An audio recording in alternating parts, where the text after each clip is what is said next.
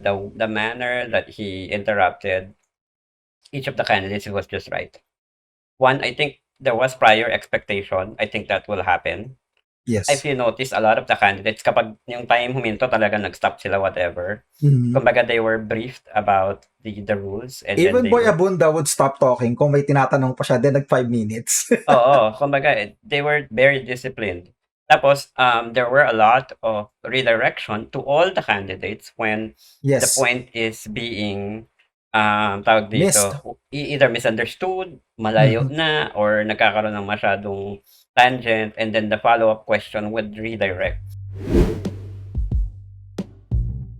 All right, welcome back to In Full Context. And this week we will be talking about the Boy Abunda Presidential Interview. So, syempre last week ang mainit is Jessica Soho. So we talked about that last week. And then this week, syempre tapos na ang Boy Abunda interviews. As far as I know, there's no episodes left to release. We've heard Isko Moreno, we've heard Ping Lacson, we've heard Leni Robredo, we've heard Manny Pacquiao, and for the first time, we've heard Bongbong Marcos speak in a mainstream interview platform. Syempre, di ba ang topic last week is him dodging Jessica Soho, and there is a massive movement by his supporters to defend him all throughout. Tinawag siya na duwag, tinawag siya na kung ano-ano, but now he has appeared. This week we will talk about, again, the interview itself, and then we will talk about the performance of Bongbong Marcos, just as how we examined the other candidates before. And before we start, let us introduce ourselves for those people who are just tuning into the podcast for the first time. My name is Brent. Hello, my name is Marlon. And yun nga, Marlon, what can you say? Lumabas na si Marcos for the first time.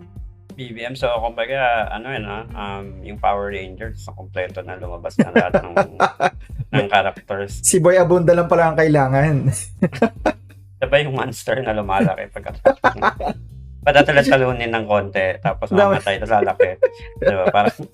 Parang galing Power Rangers datingan. But anyway, it's, kumbaga, absent, yes, si Marcos sa Jessica Soho interview, but it's not naman the first time we've seen him. Lalo na tayo, we follow politics very closely. But for others, obviously, this is the first time they're seeing him. And again, unang-unang reaction ng mga tao dyan is yung view count, as if it's a representation of kung sino man nanalo or hindi. Kinukumpara kagad nila yung number of views ni Marcos, ni Leni, ni Isko, ni Lacson. And I kind of predicted this, na sabi ko nung una, apakapangit ng timing ng kay Lacson dahil siya yung unang-unang Monday, di ba? Monday, and then followed by Marcos, and then Leni. So medyo mahirap yung dito yung flow na yun, na syempre mauungusan ka ng mga masikat na candidate. So pag mas mataas yung view, mas marami kasing nag-aabang either to hear validation or also to find fault. So hindi mo masisi na sobrang popular talaga ni Marcos. And in this video, mas mataas talaga yung view expected. And then another theory is, of course, kahit naman marami rin nag-aabang ng mali kay Leni, others couldn't finish ayun ang mga feedback na naririnig ko. Hindi nila matapos yung interview ni Leni. Medyo cringe fest daw. Parang kay Pacquiao, it's the same manner. Some people did not find the strength to finish the interview, knowing na pare-pareho din yung format. So again, as a review, like what we did for Jessica last week, we talked about how being mainstream, sobrang konti nung time na spent sa certain issue.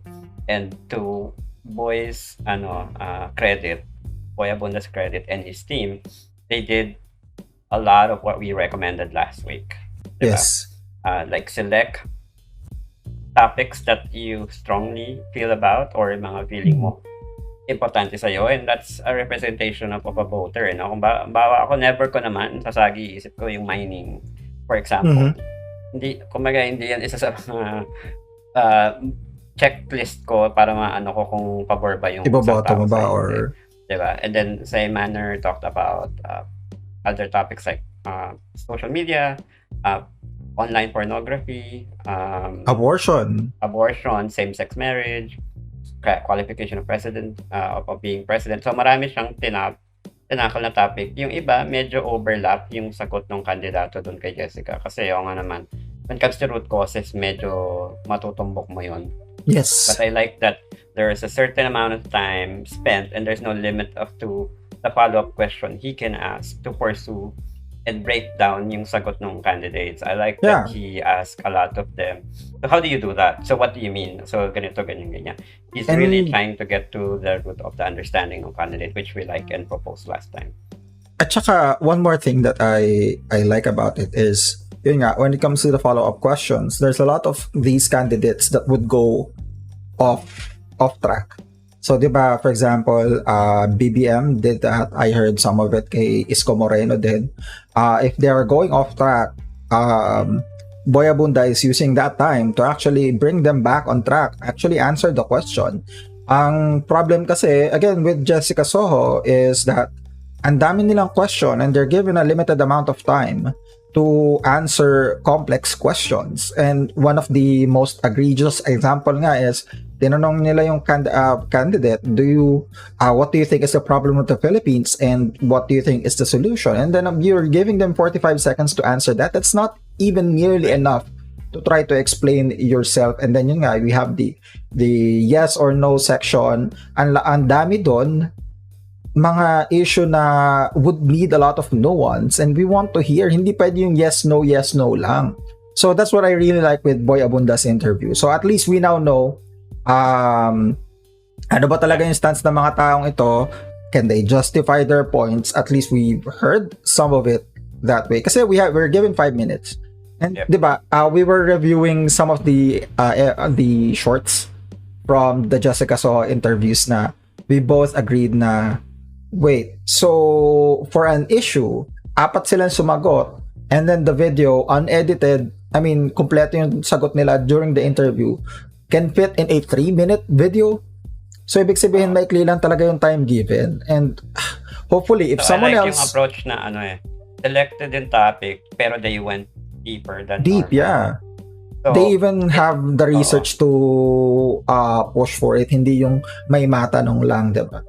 Yung context din ng question, diba? So, there's a lot of context as to paano pin-raise yung question, and so you would know kung sino yung talagang sumasagot dun sa question directly.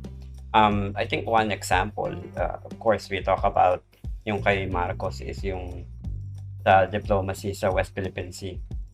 Diba?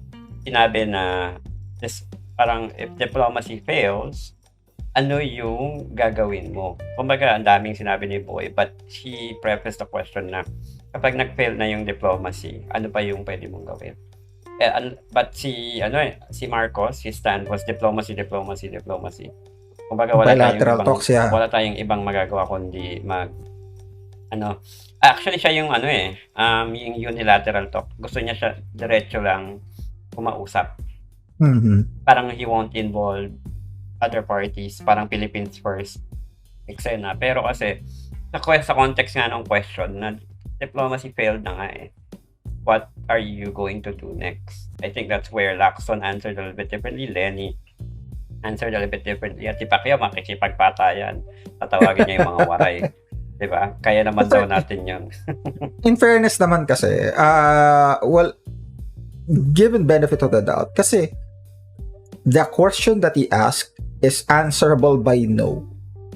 Diba? Kasi the way he phrased it, and there are nuances to it. Lacson said that meron tayong mutual defense treaty. However, that's actually I think I mentioned it in the podcast before, which makes it, alam yun, much more complicated during a hearing with I think it was Senator Miriam Defensor Santiago, Bongbong Marcos. I think they were interviewing some of the commanders of the armed forces of the Philippines kasi apparently in the mutual defense treaty, if inatake ang United States of America, we automatically declare war to whoever the aggressor is.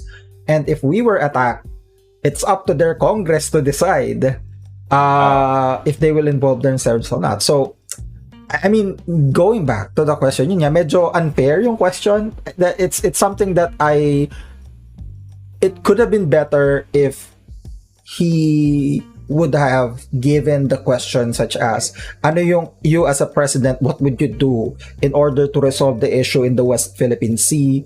And then, Or just throw it like, what's your approach to handle Mhm. the West Philippine Sea situation? It's open-ended. It's not limited to diplomacy. It's not limited to arming ourselves. and then partnering with other countries, Yeah. same interest and whatnot. Kasi aside, a lot of people don't realize the West Philippine Sea issue is one of the many geopolitical issues in the area at this point. Yes. Diba? Kumbaga, to us, it's a matter of territory, protecting sovereignty, maybe even resources. But on the side, China also has been pushing other territories. Diba, yung Taiwan, there's always constant threat there. There's something happening in Ukraine that might potentially trigger. Parang, if you read the books and history, it almost looks like parang a setup for World War III na China and Russia versus the West, and datingan yung nangyayari. But it goes beyond the interview. So it's a matter of how are you gonna handle what have we done wrong, and how important is the West Philippine Sea issue. It's important, but in terms of level of priority, like when you sit in 6 years, do you think of all the resources and the problema na meron tayo, yun ba talaga yung isa sa mga uunahin mo? Or are you just prioritizing it because it's a hot issue? Kasi ginawang issue ni Carpio yan eh. Diba? Ginawang issue ng mga kalaban, especially how it's been handled and because Duterte has been friendly to China. So it's a big issue here, yes. But, diba, in terms of as a president for the next 6 years, is that even among the list of the top 5 of the list that you want to prioritize, knowing COVID, poverty, corruption, build. Napakadami nating medyo mas importanteng issue pa na hindi ko sinasabi hindi siya importante, pero realistically, di ba? Okay, so makuha natin yung West Philippine Sea, binigyan ng China. So what's next? What to be next? Anong gagawin natin? Diba? And one more problem with that issue is that it's too complex, and it involves a lot more players than just the Philippines and China. There's a lot more players needed to come together in order to resolve that. And actually, we have an episode talking about this. It's actually, if I'm not mistaken, it's our second episode that we published ever back in April 2021. You could go back. We explained how complex this issue is, why the arbitral ruling is not really that enforceable at this time. We explained all of that and why, I mean, it's important. You need to do something about it. You need to do something to protect our sovereignty, our fishermen, but it's not something that you can snap your finger and it will solve it. Hindi siya ganon. I would argue na, diba, isang trait ng presidente is focus on the things you can control at this point. Yes. Diba? Parang mas, it may be controversial to say that in front of a lot of people na you're expected a stance. Pwede ka namang may stance doon, pero you also say na, tawag dito, ayun nga, I'd rather focus on the things that I can control, yung mga internal issues. Diba? Because I would also even argue na if we address a lot of the internal issues we have, the one that's more urgent, and then we do well with them, that places with better footing against our claim dun sa West Philippine Sea. Kasi if economically we're stronger, diba? If the people are a little bit more united, we have the same idea on what we want to do, it's easier to pursue that issue down the line. Now, tama ba na pabayaan mo na sakupin ng China yung mga isla doon and let them settle? Mali, no? Diba? Mali. So that's the aspect of pero yung parang to expect an outcome or something that would happen with the West Philippine Sea in the next 6 years na parang nakasalalay sa susunod na Pangulo yung magiging resulta nun is not necessarily a right expectation. Yeah, and just for frame of reference, this issue has been ongoing for decades. I mean, when I was in elementary, nung pinag-usapan yan sa history, pagdating namin sa Spratlys Island, it was already introduced that this is a contested area, there's a lot of claimants, this is a complex issue, we've had this issue from way back, And yun nga, hindi yan porke may maupo yung gusto mong pangulo, masosolve yan. Even if I choose the best president, I cannot assure that it would resolve it kasi nga there's a lot of factors going into it. There's a lot of nations that need to uh, go the right way before we can actually. Tulungan pa nilang 5 yan eh, parang Hokage level fight na. Oo. 'Di ba? Si first Kage, second Kage, third, fourth, fifth. Oo. Lahat sila biboto mong presidente, tapos lahat sila may ano sa West Philippine Sea. I doubt, feeling ko pati sila magkakagulo what they wanna do. Right? So that's how complex this thing is. Kumbaga hindi nila kayang pagtulungan yan na parang si Madara lang yung kalaban nila. Yeah, ang ano lang kasi, bottom line, yes, we won in the arbitral ruling. It is important kasi at least we have kumbaga may nasa atin yung titulo ng lupa. Kumbaga, 'di ba? Parang ganon. But it doesn't give us the naval power needed to enforce that ruling. Sabi ni Pacquiao, malakas yung mga waray ah. Kasi yun nga, 'di ba? Unless we have that power, hindi naman kailangan necessarily sa atin, but it would need other countries, the US, NATO, yung mga Southeast Asian neighbors natin. But you have to remember na they have to work together for our claim. And syempre, each countries, wala naman kasi talagang bansa na would do something out of the goodness of their hearts. It's always for their own self-interest. And those things, parang parang yung aantayin mo maglinya-linya yung mga planeta para masaman mo yung kapangyarihan. Parang ganun yung dating. There's a lot of things that needs to go right before we can even say na baka ang solusyon nga niyan is not even with the countries and whatnot. Maybe even in China, kailangan siguro magkaroon sila ng change of leadership, change of tone, and baka yun pa yung magdala niyan. But anyway, balik tayo kay Sir Boy, di ba? So, sa mga issues ni Boy Abunda, some of them that were not covered in Jessica, I think it's good to talk about. And then yung perception. But again, kasi kaya tayo napunta kay West Philippine Sea, kasi may issue na yung perception ng mga. Although I like the format, there were so many questions asked. Boy was able to redirect the candidate to where he's asking the question almost again because nalayo yung sagot ng kandidato. And I think across, and I've watched all 5, and siguro bibihira yung mga Twitter warriors na pinanood talaga nila yung 5. I can say from start to finish, I did. Sabihin ko na the manner that he interrupted each of the candidates, it was just right. One, I think there was prior expectation. I think that will happen. Yes. If you notice, a lot of the candidates, kapag yung time huminto, talaga nag-stop sila, whatever. Kumbaga, they were briefed about the rules. And even Boy Abunda would stop talking kung may tinatanong pa siya, then 5 minutes. Oo, kumbaga, they were very disciplined. Tapos, there were a lot of redirection to all the candidates when the point is being tawag dito, either misunderstood, malayo na, or nagkakaroon ng masyadong tangent, and then the follow-up question would redirect. So yung interruption in a form of follow-up question, I don't mind that at all. Hindi ko siya nakikita. Nakikita ang problema. For example, Isko Moreno's stance on abortion. The specific question was abortion of rape or incest victims. So that was a very specific question. And the way Isko Moreno answered it initially, parang ang preface niya is regular pregnancy, diba? So that's why the question afterwards, si Boy Abunda, he tried to redirect it para maintindihan natin kung yan ba talaga yung stance mo or did you misunderstand the question? Well, eventually, he said na yun talaga yung stance niya for that specific issue. Pero na-magnify kasi ni Boy na so okay lang sa'yo na ganito, na ganyan, na ganyan. Kasi diba? inaano niya yung weight ng question na baka kasi you're taking it so lightly. Yun yung gusto ko sa kanya eh. And naging bottom line na lang, di ba? Parang, so does this have something to do with your faith? He did that with Leni, he did that with Isko. Na with parang nag-bottom line.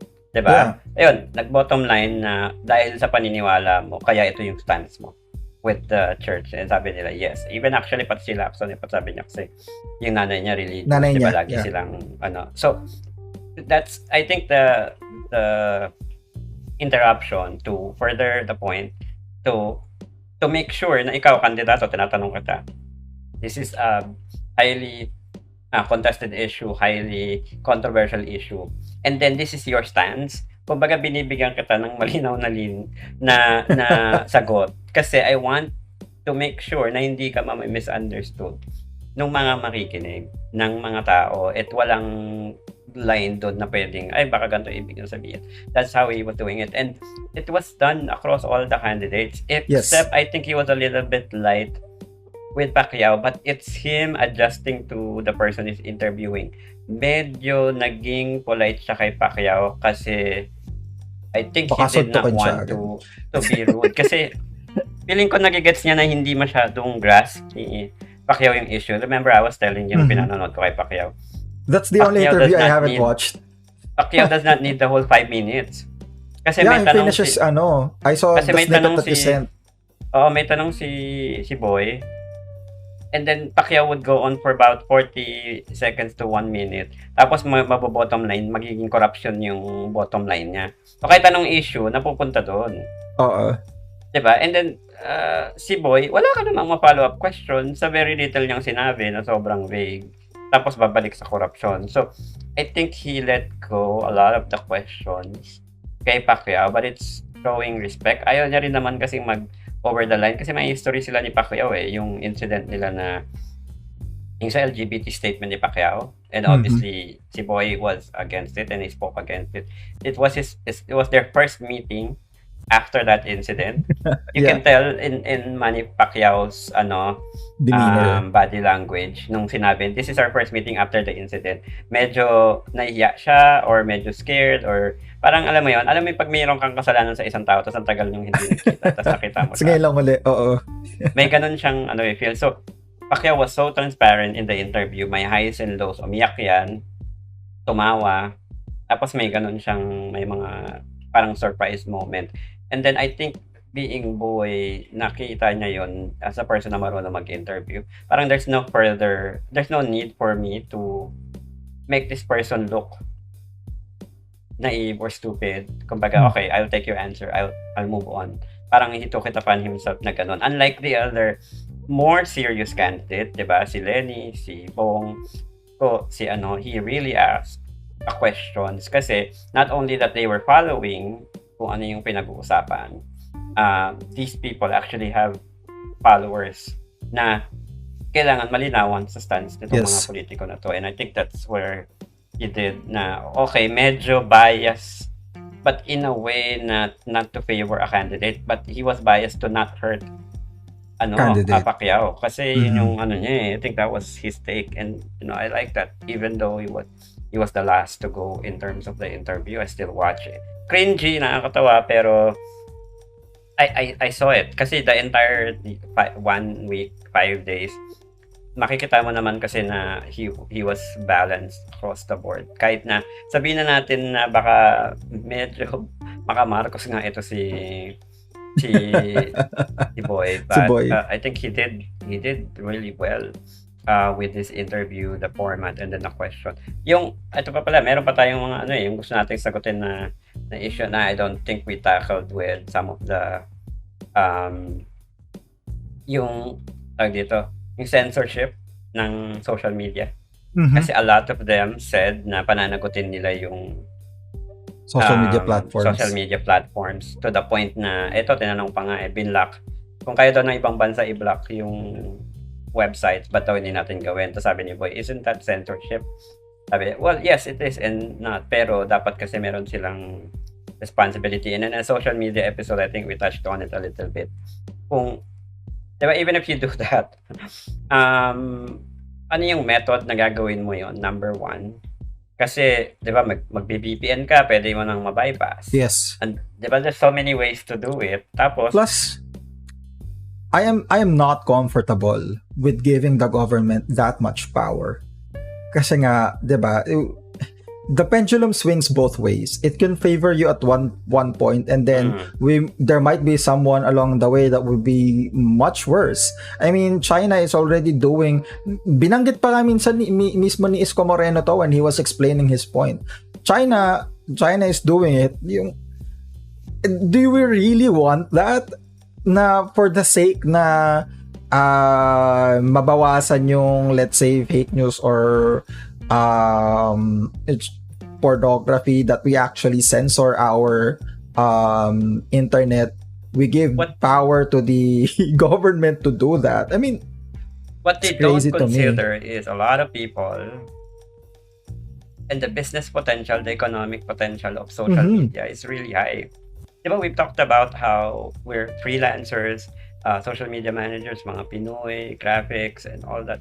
There's so much that people can do legally, and then a way, obviously, to make money para mabigyan mo ng chance yung mga taga-probinsya makapagtrabaho in equal footing as in Metro Manila, invest in internet. Kasi anong point ng pag-invest ng infrastructure sa internet, pagandahin mo yung service and all that, when you're going to block access to social media kasi it doesn't favor or it favors it. I think ang dapat ituro is responsible use of social media, yung how to discern fake news from others, tsaka yung enforcement ng mga talagang peddlers of fake news, yung systematic, yung libelous talaga yung datingan, dapat sa enforcement, pero to block all the negative, yes, but also all the positive that comes with in the internet and social media, I think is not a smart strategy for Pinoys. We will be left behind. The fact na Pinoy, behaviorally, we spend most time on the internet than a lot of the other countries, even progressive countries. Sobrang babad tayo sa internet. So there's always a problem with addiction, there's a problem with control and all that. Pero I think it needs to be addressed on an education level, sa family level, para hindi siya ganun. Kasi we're the first generation to be exposed to social media. Kumbaga, hindi mo naman expect lahat na we immediately know the good and the downside of social media. We're all lahat ng tayo sumakay na lang tayo sa ride na sige, ganito na, lahat tayo lang sa internet and it will develop from here, diba? So it's a matter of tama ba yung pag-adapt ng ano, kasi when it's favorable, ito yung problem diba? The problem with only relying on mainstream media, we know historically that's been controlled by politicians to further their campaign, to hide the truth, to do different things. Kumbaga, censoring social media, and I still believe ito yung sinasabi ni Reza, and I think that's why they are so much against social media, is because it's taking away the power and the exclusivity of information from mainstream media to social media. Kumbaga, before, kapag sinabi ng mainstream, batas, yun yung totoo, yun ang nangyari. Lalo na sa mga lugar na yun lang yung palabas. Diba? That's all they know. That's their truth. Pero pag nag-social media, biglang may ibang story, biglang may ibang angle. Yes, some of them are lies. And so was mainstream media. Diba? Hindi naman unique problem ng social media yung fake news. Fake news itself is not really fake news, but the angle that they choose, kung ano yung gusto nilang narrative na sundan, it's very much happening. But nobody had a problem with the media before. Why? Because they can control it Now with social media na democratize, sobrang dami, it's just physically impossible to do without some sense of censorship. Pero that's the wrong approach. For the sake of a few, they will control internet that will take away so much from Filipinos na pwede natin gawin para pagkakitaan yung internet. Yeah, and I would like to add on to what you mentioned. We're the first generation to experience this. And according to multiple studies, even sa ibang bansa, sa mga progressive countries, ang mga biktima talaga ng fake news usually is the older generation. And alam mo yun, it means that the younger generation is actually more aware or more discerning of these information, these things. And you can see it din naman, diba? It's very rare for people na in their 20s, in their 30s to actually fall for straight up fake news. And I guess that's one indicator that the future when it comes to fake news and whatnot is actually bright. I mean, hindi bright para sa fake news bright para sa society, because more people are aware. Discretion, mas maayos ang discretion ng mga yes, mga bago. So, yun nga, nasa atin naman yan, but I'm really uncomfortable with letting, di ba, sasabihin mo na ang gobyerno corrupt, ang gobyerno hindi mapagkakatiwalaan, pasahayaan mo sila na i-block ang Facebook, mamili kung alin yung isa-censor na post. That doesn't make sense. You have to rethink your position. Kung sa tingin mo may problema sa gobyerno, but you're okay with censoring a lot of these things. But, you know, and the government will censor it, di ba? Parang napaka-ironic na hindi ka naniniwala sa gobyerno. Pero may tiwala ka sa gobyerno na kontrolin kung ano yung pwedeng ipakita sa'yo sa hindi. Di ba? It just doesn't add up. Crazy. So, that's one issue. Ano pa ba yung kay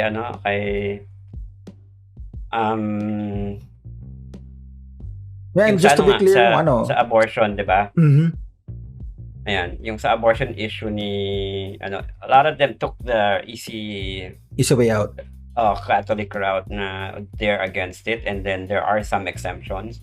So, to me, the way that these candidates explain themselves, pagandahan na lang ng pag-state ng problema, pagandahan ng kunwaring solution. But to me, it all sounds the same. And this is one thing I noticed also with the other question, lalo na yung sa mining, yung sa una, diba? I've talked about it, na lahat ng mga candidate, 4 out of the 5, when they were asked that first question, they said, yes, ipagpapatuloy or okay lang sa kanila natanggalin yung moratorium against mining.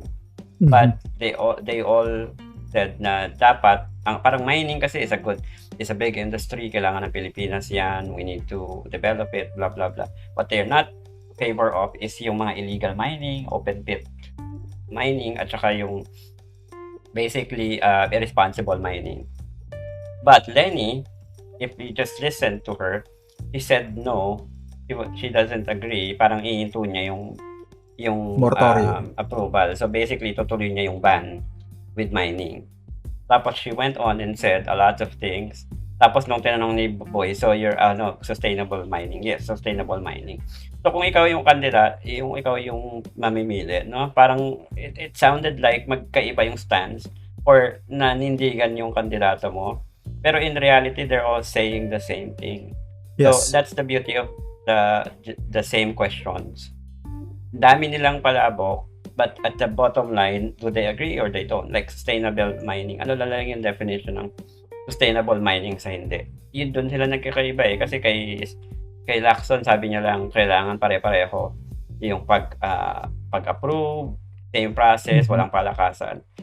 Same. Kasi yung environment, ganyan, same din kay Marcos, kung ano-ano yung eksena. Dami lang, I think to me, when somebody watched it and then hindi niya pa napapanood lahat, or when you're about to watch it, just be careful to really intently listen even on the follow-up question, tas ano yung end result. Kasi baka mamaya, you only listen to that part na ihinto ko. Kasi at the end of the day, yun yung ayaw natin sa politika eh, yung i-stop yung project or yung isang activity ng previous admin just because they're opposition. And for the sake of saying no, at maging consistent ka sa stand mo, you say a lot of things, pero yung gagawin mo pag naupo ka, ganun din. I mean, it doesn't add up. What it does, it scares away miners, yung mga investors, yung mga pwedeng gumawa niyan, na pwede sanang pagkakitaan. Lahat sila, pag pinag-combine mo yung points na sinabi nila, it's all pointing towards the same. If I can remember correctly, when it comes to the stances for mining, lahat sila for sustainable mining. And I agree, ang weird nga nun kasi parang masabi mo lang nahihindian mo yung ginawa ng previous administration, yet you are still okay with basically what everyone else is saying na gagawin dapat, which is enforcement ng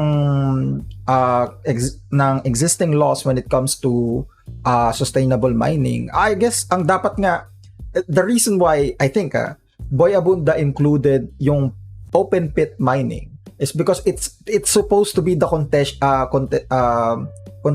point, 'di ba? Yun dapat yung punto na yun yung pag-uusapan, are we for or against open pit mining? Kasi 'di ba, parang I mean if I can remember correctly, it was only Bongbong Marcos na mentioned na hindi siya okay sa open pit mining. I think Isko was okay with it.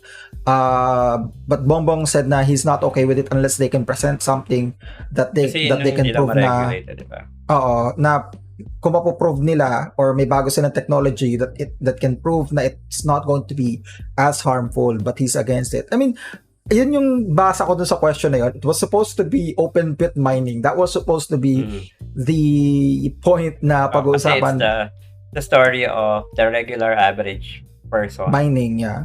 Versus industries na big companies. Kasi yun lagi ang kaya nga ang narrative din ni Leni when she said something like dapat ang makinabang yung mga yung mga Pilipino, dapat yung mga isipin natin yung mga involved doon sa industriya na yun, yung kung ano yung trabaho, ano daw yung ganyan. Lacson, I think, and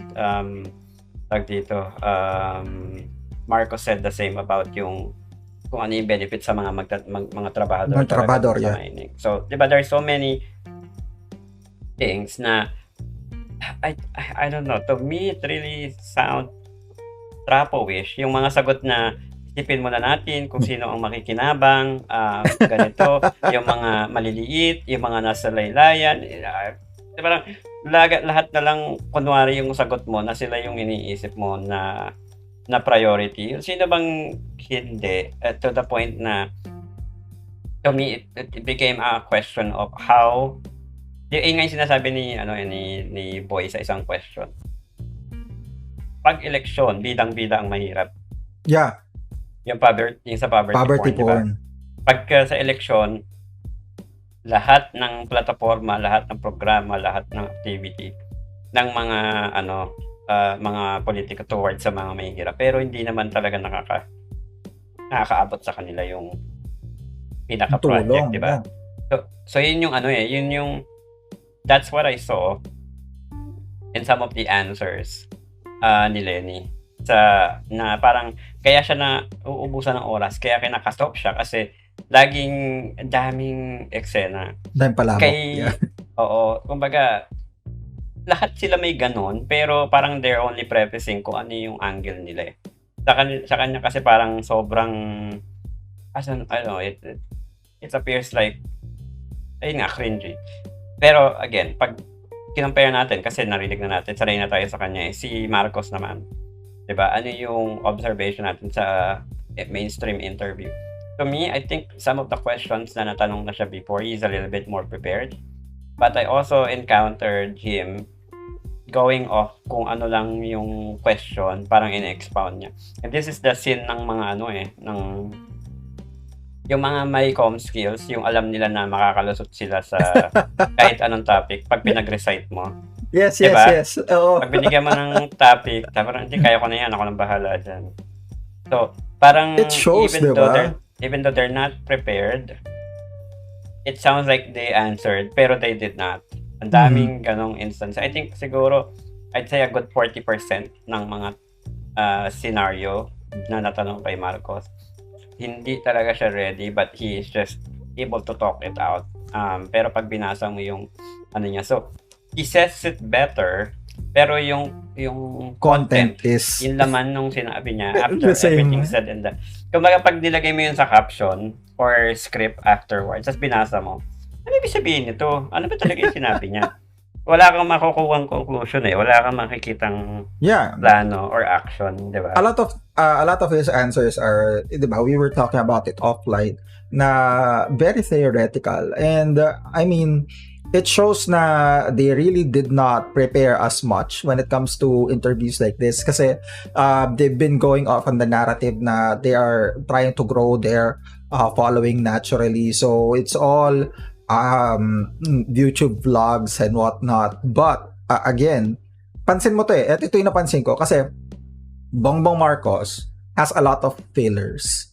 So if you work in the BPO industry, alam mo yan yung mga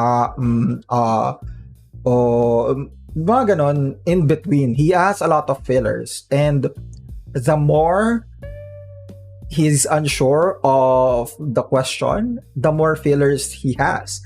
And you can see it. So, pag pinanood mo siya, I rewatched it. I rewatched almost all of them except for Pacquiao's. And then you can see na pag alam niya yung sagot, Mabilis siya magsalita. Like, he can deliver a whole slew of sentences. May stanza and whatnot. Pero pag wala, for example, yung sa mining, medyo na-stutter siya nung simula.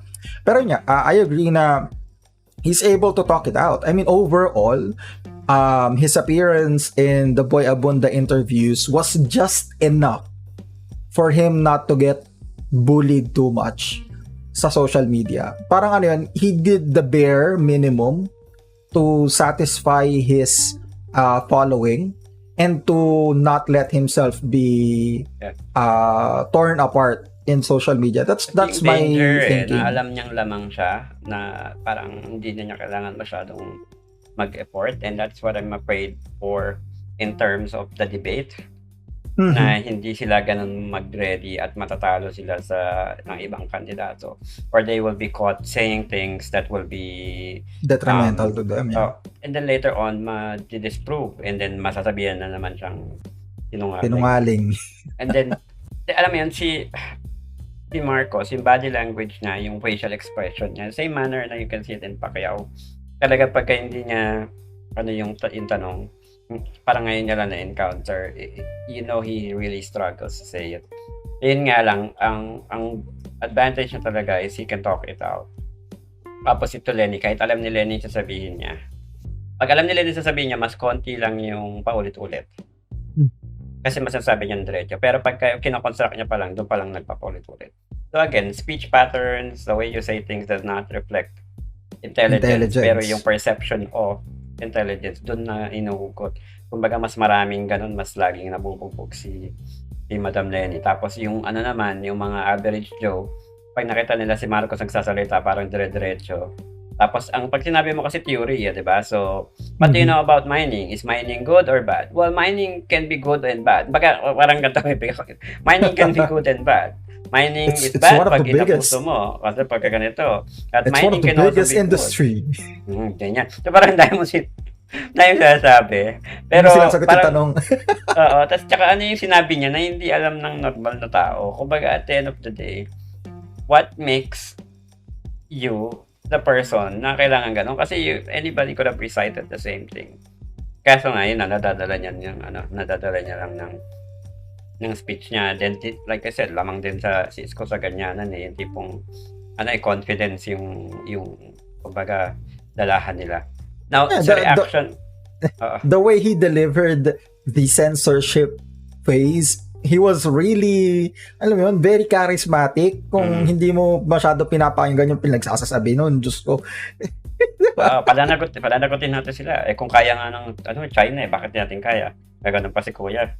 Tapos sabihin niya, di ba, ganito, bibigay ka ng information mo, ganito. Di pa kayo ginanon din paano daw, titanong kasi yun ni Boy sabi niya, paano natin malalaman kung bawa, I can be 14, pwede ako magpasa ng gumawa ako ng profile, pretend to be 40. Di sabi pa kayo, hinga natin ng ID. Kasi yung iba dun, humihingi ng ID Sabi ng ganun. Yung mga solusyon di pa kaya, talagang matutuwa kayo. Pagka may mga tanong, simple lang mundo sa kanya. Simple lang sagutin ng mga katanong. Kaya masaya din naman. Baga, sasakit ulo mo, kung sineryoso mo, pero pagka hindi, lang, okay lang siya. Yan. Sa reaction stage naman tayo ng mga ng publiko. Syempre, we've said it from Jessica's episode na people will hear what they want out of their candidates, and then sometimes they watch the other candidate para lang manira ng kandidato. I think it was a little different dahil nga sa format ni Boy, and I think it's a good approach. Na kung ang format mo ganon na medium deep as malalim, it's hard even for trolls to find anything meaningful na pwede nilang ibalik. I saw very little things. Kagaya nga sabi ko, ito yung mga unang lumabas yung si Marcos daw does not condone negative campaigning. Tapos si Leni naman daw naninira. Diba? So, yun yung unang narrative. Sa isip-isip ko, sa dami ng matinding isyong pinag-usapan sa 1 hour na yon. Tapos nagkakagulo kayo sa kung okay ba yung negative campaigning sa hindi, 'di ba parang bakit yun ang ang sa daming issue yun ang naibabaw sa inyo. Yun lang ba yung naintindihan yung issue? Yun lang ba yung issue na may stance kayo And or ano, 'di ba? another one is nakita mo ba 'yon? Yung Marcos wants to export labor just like his father. Nakita mo ba 'yon? Na Hindi ko na may mga lumabas na mga ganong memes na pinapakita na he wants to export workers na basically Sa rely on OFW OFWs.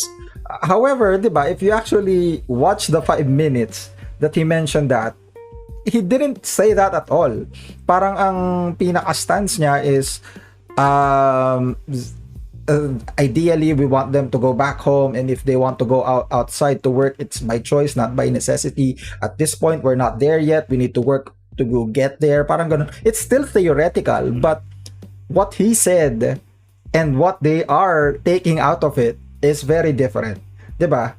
Lahat sila yun yung stance actually, 'di ba? Parang 'di ba? by choice dapat ang pag-alis ng OFW, hindi by necessity. Lahat Kaya sila wala namang Kaya it's weird for me na yun nga, yung point na yun ang gagamitin mo to actually try to hurt him. And the point that you're just like dun nga, yung sa negative campaigning versus sa sinabi ni Leni, na a lot of these people, lumalabas talaga kung bakit ginawa ni Jessica Soho yung ganong klaseng interview. Na short form, pag short form yung questions, digestible, madaling i-share ng tao, madaling kung papayagan ng content ID yung yung content.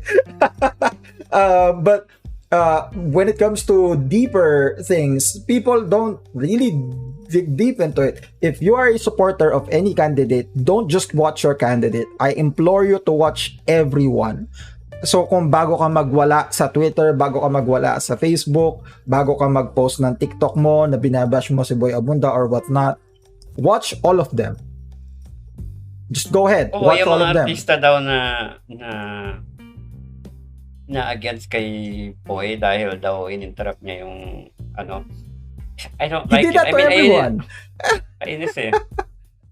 Kainis yung na sa dami ng pinag-usapan, ang takeaway ng mga taong to is yung interrupt. Ako, I got enough of Leni na naiintindihan ko yung mga stance niya. Mm-hmm. Diba? Naiintindihan ko rin yung enough sa mga ibang kandidato.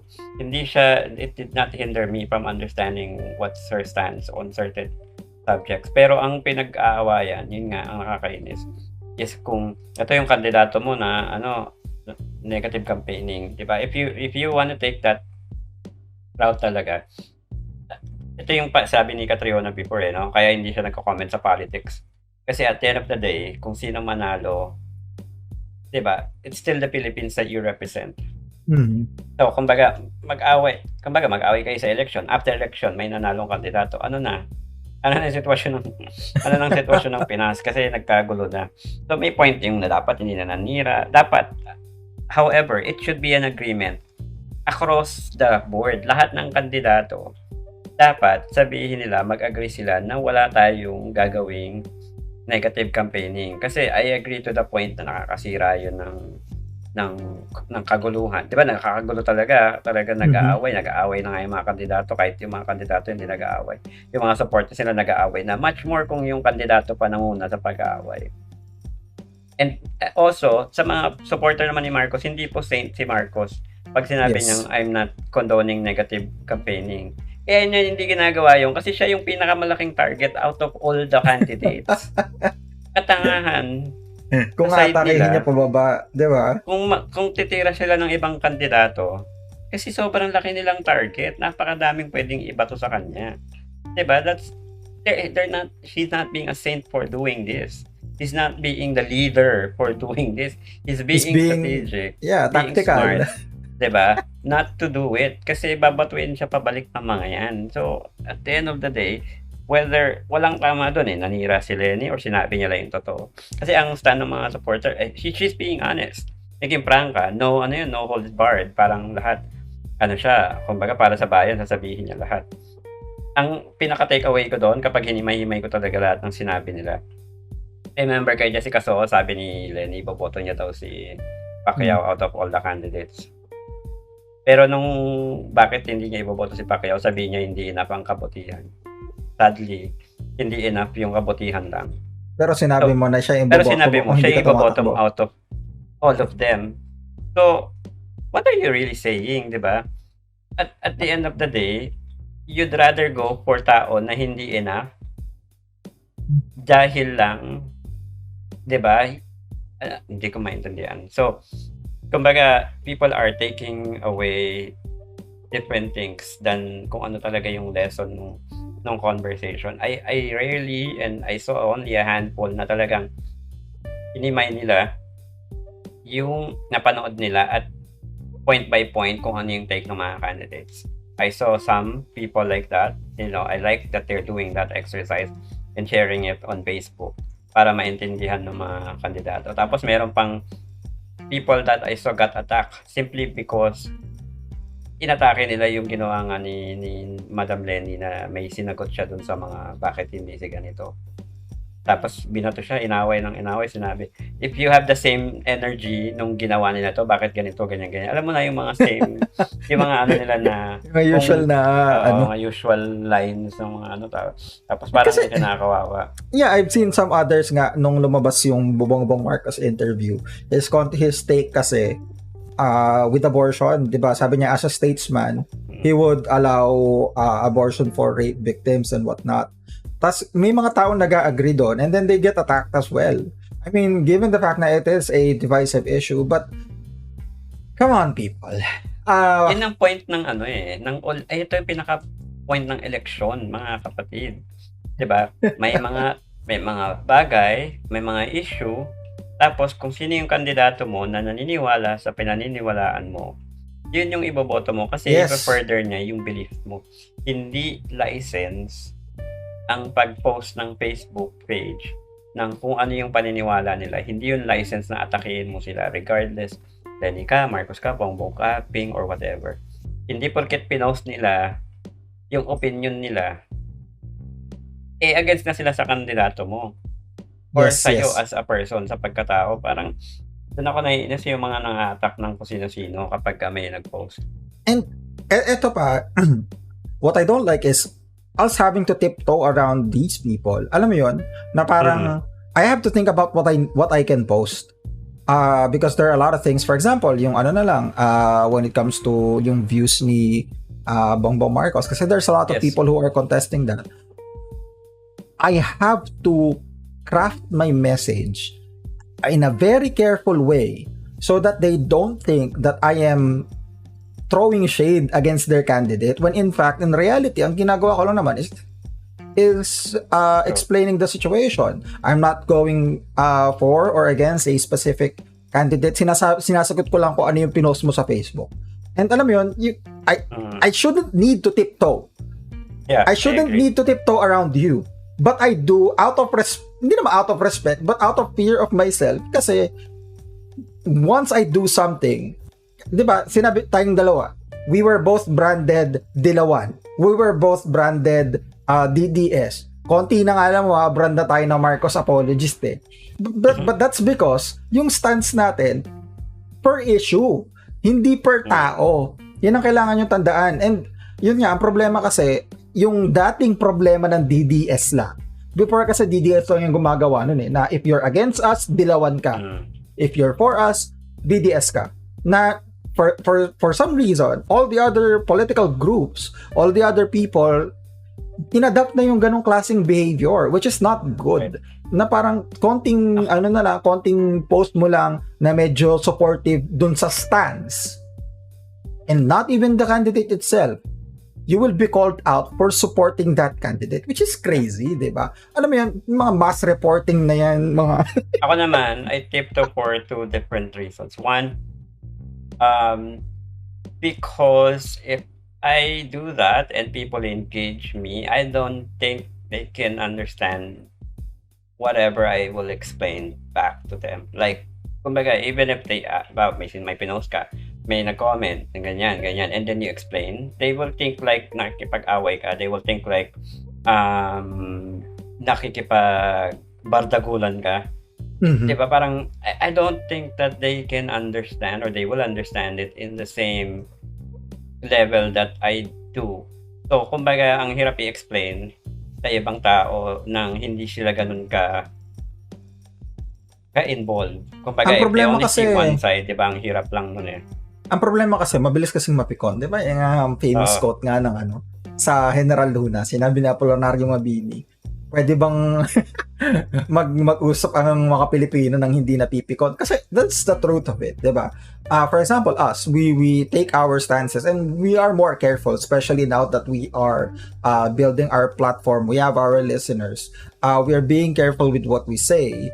Pero ang problema, yun nga, a lot of people take offense to you just taking the other side, and we're not necessarily attacking them. We haven't done any ad hominem attacks at all, and right. you might be, alam mo yun nga, I would just want to clarify what Marlon said. Hindi naman natin sinasabi na hindi mo maintindihan kasi bobo ka.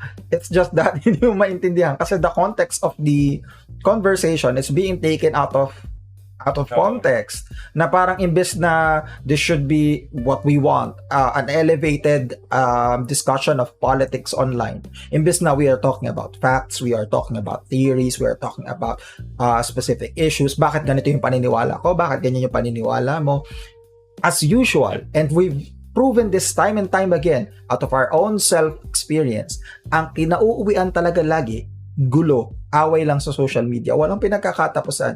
And that's actually the reason why we have this podcast in the first place, because we want to explain our views.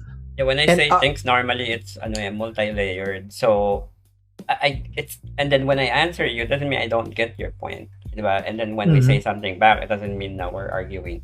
It's a matter of consistency. So if you go back from the beginning when we started our podcast, we've said this, we've called out many times na we don't like the conversation happening online. And I don't want to be a part of it. Hindi ako mag-engage doon. Now, we have this platform in podcast. If you're open, go, makinig ka, tapusin mo yung buong episode, and then, diba, magsalita ka, say something back to us about what we said. And then from there, we can start because a little bit different. And then the second reason is, kasi nga, I'm trying to optimize my account for the things that I want to do in the future. I don't want any noise or whatever in my Facebook. I didn't even post kasi before pagka may bumati sa akin pag birthday ko or nung Happy birthday ko, birthday. may post ako something. 'Di ba? So my birthday went past, lumipas na siya ng ilang linggo na. I did not post anything because I want my Facebook to be clear of as much as possible anything personal na tawag dito, either can be used sa crypto, sa pagnakaw ng personal identity, ng mga ganun. Yes. Kasi I have investments in things na, di ba, alam mo na, people, KYC, kung ano-anong information. So I try to bury them sa nakaraan, yung mga ganyang information. Hindi ko na yan masyadong ine-expose. So, kumbaga, kasi it has to be very clear, 'di ba? Kagaya nung nangyari, kaya pinlock ko yung sa account ko, yung kay yung review na ginawa ko sa isang fast food kakainan, kay Eric. Yan. So, 'di ba? After that, konting lang, dami ko ng picture na naka-public kasi yung iba na luma. Naka-public, nakikita ko yung picture ko kung saan-saan. So, I made everything private. So, wala nang, hindi na yun in danger of anything na misuse, 'di ba? Sobrang laki ng chance na ma-misuse or ma-misquote ka sa mga bagay na gagawin mo. So it's very, very important to be careful. That's why we have this podcast, just to go over and discuss. So pag sinabi na hindi maintindihan ng gawin, bakit hindi sabing bobo, sinasabi ko ay oftentimes there's just a different level of understanding people has on different topics. Kasi the more that you are engaged, the more na mo marirealize na walang simple dito sa politika, walang simple sa kahit anong issue na pag-uusapan natin. What's the simplest issue sa tingin ko na hindi pinaka-least arguable sa kahit anong side, na one, may corruption sa gobyerno. 'Di ba? Now, pag nilayer mo yung issue na yan, ang problema ba is yung sistema, yung gobyerno, o yung mga tao? Automatically, ang daling i-divide niyan na ang problema is gobyerno, sistema. Meron din namang side na ang mga tao mismo corrupt. Kasi, 'di ba, pag nahuli ka ng simpleng violation, ano una mong gagawin? Makikiusap ka, Mag-iusap. 'di ba? So, alam mo 'yon, tawag dito, pag pumunta ka sa opisina ng gobyerno, naghahanap ka ng trabaho, anong una mong ginagawa? Pasok mo naman ako, baka may kilala ka diyan Oo. or ganito, Naghahanap ganyan. ng backer. 'Di ba? So, is it the system? Is it the people? So, parang yun pa lang, kahit Komplikado na yan. something as simple as, do we all agree na may corruption sa gobyerno? Yes. Now, do we agree ano yung root cause nito? 'Di ba? Yung sistema, yung gobyerno, o yung tao mismo? Last week, I've been watching a lot of, and this is super weird, circa super old pictures, videos of Manila. Like meron sa Oo. YouTube niyan, tapos may lumang music na ano, parang mga nostalgic shit lang. Ang na-realize ko doon when I saw some videos, Ilog Pasig as early as 1970s, 80s, kulay blue. Sobrang linis. Ito yung kinukwento ng aeroport ko dati, na dati yung Ilog Pasig daw malinis talaga. As in parang ano siya, yung Singapore, yung alam mong ganong klase ng water, sobrang linis. Now, in a matter of 2-3 decades, sobrang itim, sobrang dumi, sobrang ano. So, ang problema ba nun is yung gobyerno pinabayaan, or ang problema nun is people were okay na magtapon ng basura doon? Kasi at the end of the day, sabihan mo yung tao na bawal magtapon sa ilog, or do they just know na wag magtapon sa ilog? Ano ba yung expect mo sa kanila? Kasi pwede mo naman hulihin yung tao super enforce mo to death na pagka itatapon. The problem is kapag hindi nakatingin, lulusot at lulusot. Pero asaan na yung initiative ng mga tao na maganda yung ilog? 'Di ba? It's a body of water. It's very important na by nature hindi magtapon ng basura. Meron na, this is the observation I know. Kapag ang Pinoy inilagay mo sa ibang bansa, sa ibang lugar, suddenly they are very disciplined. Hindi nagtatapon ng basura kung saan-saan. Yung simpleng pakete ng plastic, ng candy, whatever, hindi mo makikitang itatapon lang yun basta ng Pinoy sa kung saan. Pag nasa ibang bansa. Pag nandito sila sa Pilipinas, 'di ba? Yung upos ng sigarilyo, yung ganito, kung saan-saan lang tinatapon. Dura ko saan. It's a societal thing din kasi, 'di ba? Ang mga Pilipino kasi, so for example, a lot of my relatives went abroad. And yung mga kwento nga nila, mga ganun. I think that's more of them trying to fit in the society that's existing in that country, 'di ba? Kasi kung sa bansang 'yon, 99% ng tao ay ganito yung thinking, ganito yung ugali. Most likely pag ikaw ang pumunta doon, you would try to fit in. You would try to make sure that you are conforming to what their customs, rules, laws, societal rules. Pero yun That's kasi ang one problema way. no? That's one way to look at it Pero ang assessment ko dyan is yung Pilipino hindi niya lang ganun karespeto yung Pilipinas. O Yes. yung bayan niya. Yung tipong, kasi pagpunta niya doon, kahit wala naman siyang ibang nakikita, magdadalawang isip siya na magtapon ng basura Kasi ang linis. Diba? Parang mas nahihiya siya gawin yun sa ibang lugar kaysa dito sa bansa natin. Ang gagawin ng mga tao, magtatapong kagad ng basura. Yung mga simpleng sa park, meron kami pinupuntaang park dito sa Las Piñas sa umaga. Maglalakad-lakad lang si Howie doon. Malinis yun. Kasi may mga naglilinis. Tapos, after kanina, balinalikan namin, pansin namin, marami ng basura. Sabi ng kalat, never naman nawala yung basurahan, never naman nawala yung pero the people that are going there are just okay. And I personally witnessed, may mga na-video pa ako doon na nasa kotse ako nag-iintay lang, sa harapan ko, umiinom ng something or what. 'Di ba? Simple lang, tatawid lang, tatapon lang yung basura. Ang ginawa, tinapon lang na parang, hindi ko alam mo yun, napaka-toxic na sobrang casual nila magtapon ng basura. na Mga simpleng it's a bagay na part. You ganyan go kasi here, talaga. you bring your kids here. Dinadala mo yung anak mo sa lugar na to, tapos tatapon ka ng basura. Why? Because it's not your responsibility. Yun yung matter ng So, yun yung sasabi ko kanina na yung sistema, yung problema ba is tao or sistema? It can be both, can be whatever. Pero at the end of the day, nothing is as simple as Seems. it sounds. And ang dami niya nag-uumpisa. Sa politics, laging ganyan. Na-imagine ko nga, pagkambawa, ayan na, magde-debate na, maglalaban-laban na yung mga kandidato, pagalingan ng sagot.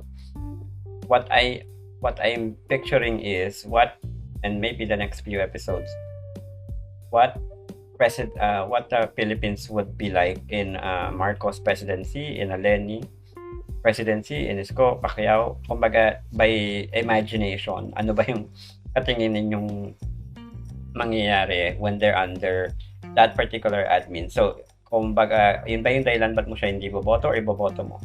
You see, anong napipicture mo na lagay ng Pilipinas in 6 years or in maybe even in 2 years? Diba? Pagka na-elect na yung kandidato, ano ba yun?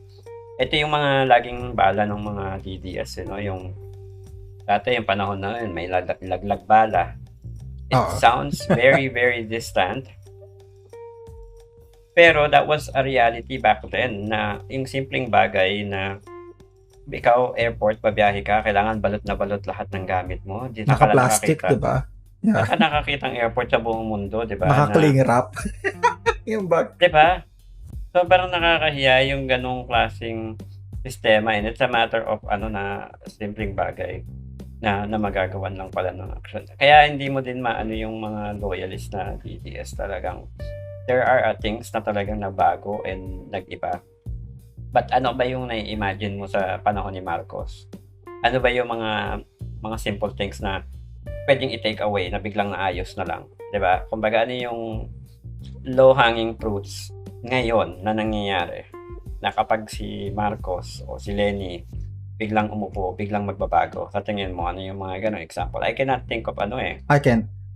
Parang wala kasing walang super easy na issue.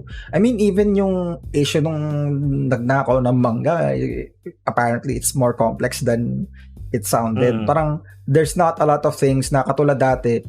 Well, before, in Noynoy's term kasi, he called out a problem that's not that apparent to everyone. Yung wang-wang, if you can remember.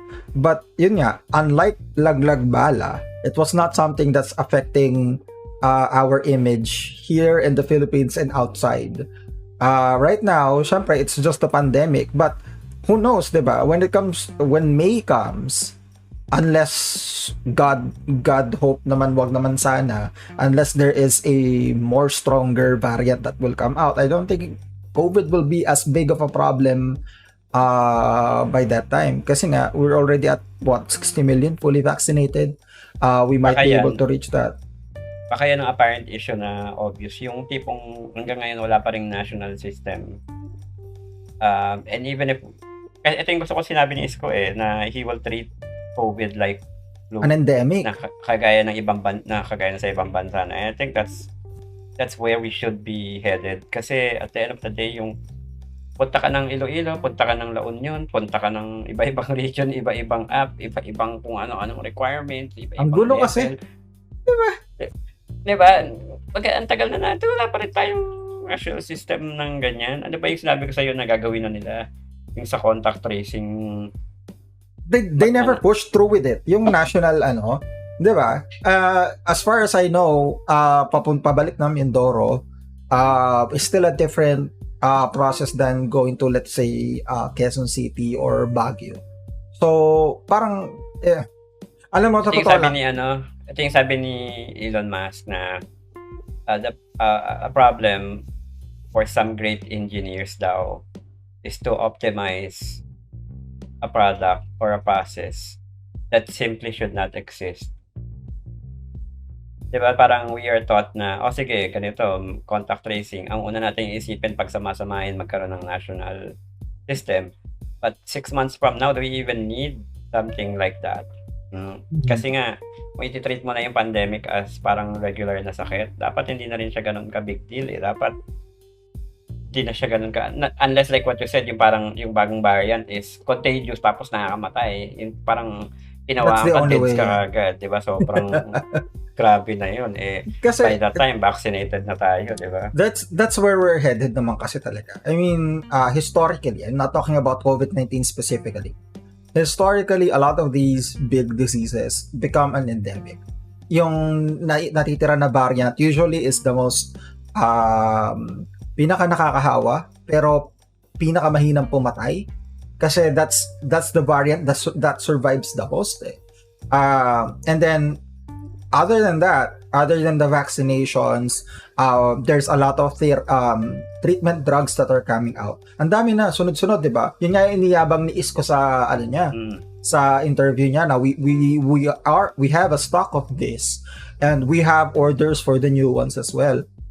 And if we have treatments available already, these are drugs. These are not mga mamahaling medical procedure. These are drugs. A lot of them, meron pang, if I'm mistaken, meron na approved na it's okay for generic production na. And if I'm not mistaken, there are some pharmaceutical companies here in the Philippines that will start production of that. So meaning, these things combined all together, vaccination, treatment, drug treatments, tapos the COVID-19 being less and less deadly. I mean, compared from Alpha versus Omicron, Delta versus Omicron, mas nakakahawa siya, yes, but it's not as deadly based on the available data. Doon na talaga Patay tayo na papunta sa endemic Patay na daw talaga. kasi lahat. Patay na daw lahat kasi ng mga high risk. Doon pala yun. But anyway, Kaya yun nga. pala naging less protected. That issue will be kasi February pa lang. Magka-February 1 pa lang. And we have until what? May. Pagdating ng May, the landscape could be completely different. It could be much, much better or hopefully not, it could be worse. So, parang... sana naman, pag dito, kasi it's been 2 years. Honestly, we should move on like a lot of other countries. Kaya nga ang biggest issue na ngayon sa balita sa international news yung Ukraine eh. Diba? Kasi parang nakaka-move na yung ibang bansa kasi you have to accept na this is what it is. Pero yung Pinas, parang hindi ko rin maintindihan yung gobyerno dito, but parang takot na takot pa din sa COVID when, 'di ba? Parang hindi na siya ganoon kadelikado. Ang worry talaga nila yung pagpuno ng mga hospitals, like what we talked about, apakadami nating facilities na binuo out of nowhere. Yeah, we're not just using it. Oo. Diba, parang napupuno yung hospital kasi people are not being brought to these auxiliary. I don't want to talk about it, but it's crazy, di ba? Pero at the end of the day, yun nga, I think if anything, yun yung low-hanging fruit. Mag-decide yung susunod na Pangulo how we want to deal with COVID. Should the IATF even exist the way it does now? Dapat talaga by this time yung mga LGU, yung mga sariling lugar na kung may spike in certain area, doon sila mag-lockdown. Kung may sa certain doon nila i-manage locally, hindi parang buong bansa pa rin yung... Yeah, kasi... Alam ko ngayon na yung pupuntahan natin nung nag-stop na mag-report ng daily count yung diba? Sa social media. Kasi there are only two ways that other countries have reacted to this. For example, you can go full Australia or New Zealand. Ang Australia at saka New Zealand medyo extreme. Magkaroon lang ng ilang cases, lockdown ang buong bansa. May mga nanghuhuli pa sila ng mga alam mo yun, nakita mo ba yun? Yung kapag may nag-protest against the lockdowns, yung talagang may violent dispersion na extreme. Meron pang isa, I remember, I think that was Canada, na yung isang pastor, pinasok yung church niya and he was arrested, handcuffed, tas led outside, kinulong siya. Alam mo yun, yung mga ganong klaseng extreme na konting kaso lang, total lockdown, total police enforcement, or you can go the other route. A lot of European countries that did that, na yun nga, they're treating it as an endemic. In the US, medyo depende sa state. But they have a mixture of both approaches, and honestly I hope that it will be like the endemic approach, but again that will be up to the vice president elect to decide kasi yan ang pinakauna niyang kakaharapin. It's not really a low-hanging fruit. It's not easy to resolve.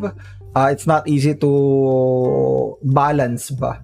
Kailangan lang mag-decide. Ayun lang kailangan lang mag-decide how they approach it. Hindi pwedeng urong-surong, hindi pwedeng, alam mo yun, Ops, level 4, level 3 naman next week. tas level 2 tayo next week, diba, Feb na? So, level Yes. 2 na ulit. Level Balik tayo kasi medyo 2,000 na lang yung kaso. So, ayun lang. I think out of all these, that's the takeaway we want people to have. This will not be the last interview. There will be debates. There will be upcoming ones hosted by Comelec themselves. And meron pa ng rally. Na lalabas. Online rallies. Manood. And again, I talk to the people na undecided kasi whatever I do sa mga decided, wala tayong magagawa dyan. Pero sa mga undecided, it's still far, a few months to go. Pabago-bago pa rin ang tone ng election. And then the upcoming episodes, we will cover potentially, kasi I think areas na nami-miss din ng tao. Senatorial candidates, kasi no matter kung sino maging presidente, kung opposition ng Senate, you will barely get anything done. Yeah. And then also party list, just for the sake of it, kasi there's so many people that doesn't know about this party list. Represents what they represent, what they do, sino ba talaga din yung legit, sino yung mga joke lang. I think, we had a preview of the party list. Ayun, mga abangan nating episode the next few weeks. Yes. Ayun.